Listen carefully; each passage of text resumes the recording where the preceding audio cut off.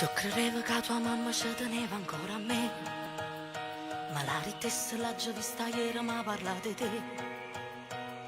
Tenevo l'occhio in busa e lacrime, e la voce che non ti vuoi dicere, carina ti sposa. E non saccio se tengo coraggio e vieni fuori a chiesa, perciò da già mandato un regalo fino in coppa a casa. Un biglietto anonimo e una parola scritta in una lacrima che sapevano solo io e te. Ricorderai delle cose che hai, che c'è ancora tanto che parla di noi. Mi porta rindo, non mi può cancellare, mentre fai amore mi viene a passare. Ricorderai che non mi pensi più, quando mi cerchi mi vuoi pure tu.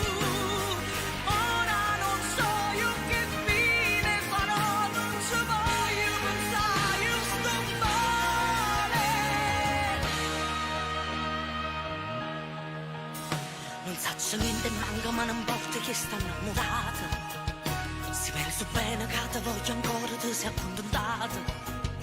Tu hai messo punto e stai girando una pagina, invece sto leggendo ancora il titolo. In un libro a tu non ci sto più.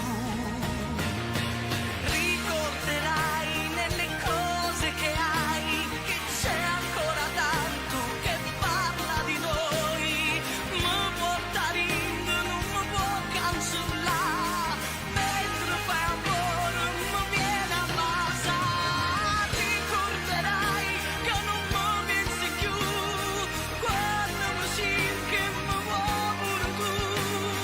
Ora non so io che fine farò, non ci voglio pensare, io sto male.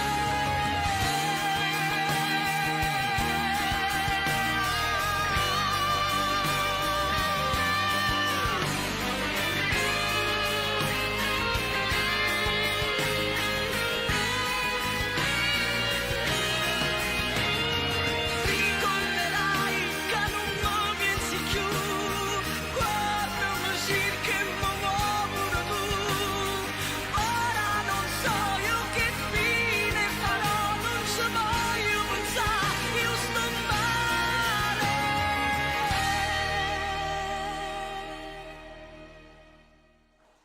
Stella Feltri, che non sta mai male perché lei è solare, è Grazie. allegra, è un carattere meraviglioso, però adesso, ecco, prima che ti accomodi in Sì. studio, vorrei tanto far entrare in scena con noi la splendida Melissa, la Oh! produttrice, nonché sorella di Lucia Diamante. Olè! Buonasera, buonasera.